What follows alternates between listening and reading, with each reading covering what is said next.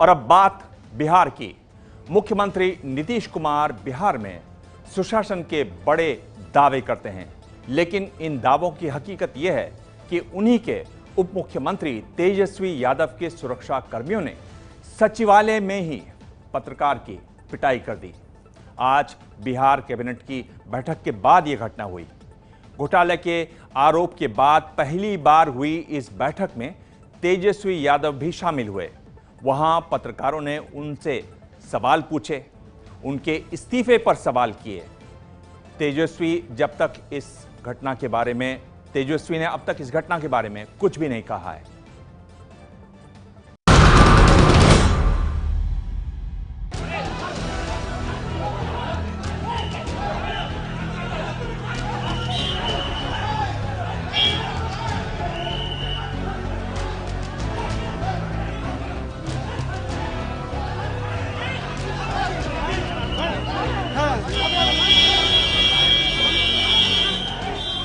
बिहार सचिवालय की ये तस्वीरें नीतीश कुमार के सुशासन पर बड़ा सवाल है। पुलिस की मौजूदगी में बिहार के उप मुख्यमंत्री तेजस्वी यादव के गुंडों ने जो हरकत की वो शर्मनाक है।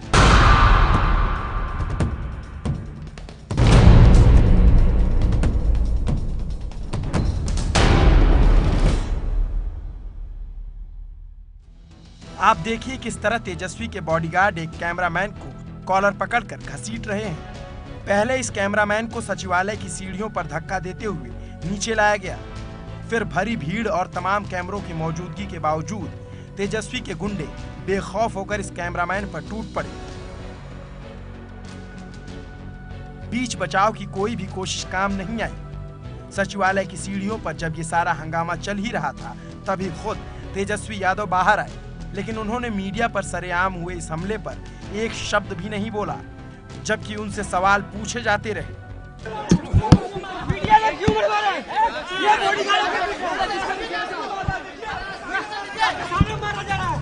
तेजस्वी इस सवाल को अनसुना करते रहे। जहां कुछ देर पहले उनके गुंडे एक कैमरामैन की पिटाई कर रहे थे, वहीं उनको मीडिया वालों के हाथ छूने से भी परेशानी हो रही थी। आप लोग ये हाथ हटा दो यार। इसके बाद तेजस्वी ने अपने मुंह से ही अपना गुणगान करना शुरू कर दिया और पत्रकारों के सवालों को नजरअंदाज करते रहे। दरअसल सचिवालय के बाहर तेजस्वी के गुंडों ने एक पत्रकार के साथ जो मारपीट की थी, उसकी वजह भी यही सवाल है। जब तेजस्वी कैबिनेट बैठक के लिए सचिवालय पहुंचे तो उनसे लगातार उनके इस्तीफे को लेकर सवाल किए गए।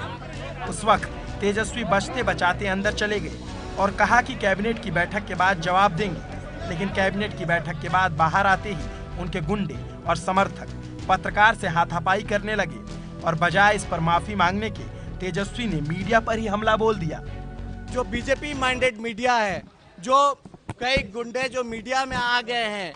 देखिए, बहुत दुखद है ये, क्योंकि जिस दिन सीबीआई का छापा पड़ा था उस दिन भी मीडिया कर्मियों को गालियां दी गई, उन पर हमला किया गया, और आज एएनआई के पर भी हमला हुआ, अन्य लोगों पर भी हमला हुआ है। तो ये दिखलाता है कि लालू प्रसाद यादव और उनकी पार्टी, उनको अब पत्रकारों पर से भरोसा खत्म हो गया है।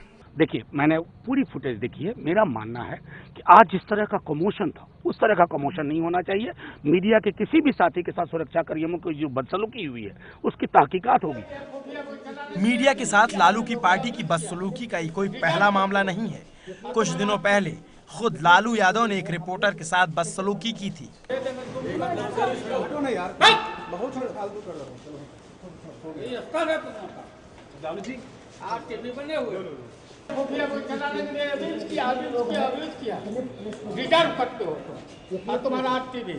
कितने प्रेस के लोग हैं, आपने कैसे बात करा? आज से 2 हफ्ते पहले जब हमने सवाल पूछा था लालू प्रसाद को उनके करप्शन केस को लेकर, तो हमारे इधर जो न्यूज के संपादक है परीक्षित लूथरा, उसको फिजिकली असॉल्ट किया गया पार्लियामेंट के अंदर। दूसरे जर्नलिस्ट के सामने उस पर फिजिकल असॉल्ट हुई थी, और उस समय लालू प्रसाद ने बोला था हिंदी में कि मैं ऐसा मुक्का मारूंगा कि तुम उड़ के चले जाओगे।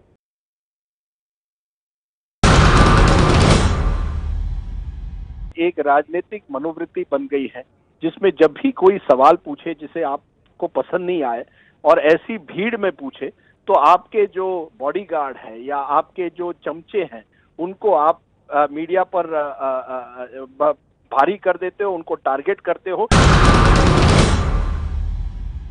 मीडिया के साथ जो बदसलूकी है, अब ये जैसे एक इट्स बिकम अ नॉर्म।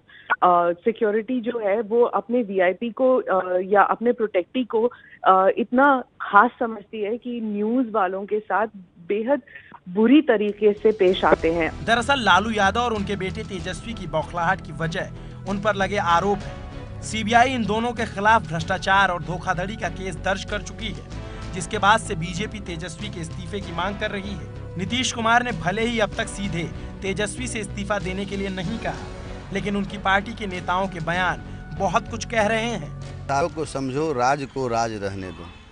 कल हमारे पार्टी का जो बैठक हुआ उसमें साफ निर्णय हुआ कि नीतीश कुमार जी सिद्धांत से कभी समझौता नहीं करते। नीतीश की खामोशी और जेडीयू का ये रवैया तेजस्वी यादव और लालू यादव की चिंता बढ़ा रहा है।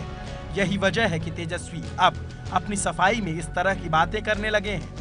2004 का मामला, 14-15 साल उम्र होगी, हम गलत काम करेंगे। जब मेरा मूछ भी नहीं आया था तो हम गलत काम करेंगे, और उस समय ना मेरे पास कोई पद था, हम तो बच्चे थे।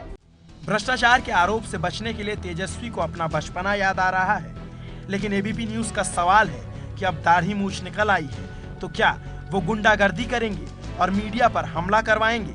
आखिर इस सवाल का जवाब कब देंगे कि उन्हें पटना में इतनी सस्ती जमीन कैसे मिली? क्या घोटाले का आरोप लगने पर वो इस्तीफा देंगे या नहीं? और सबसे बड़ा सवाल ये कि मीडिया से गुंडागर्दी के लिए वो माफी कब मांगेंगे? पटना से प्रकाश कुमार की रिपोर्ट।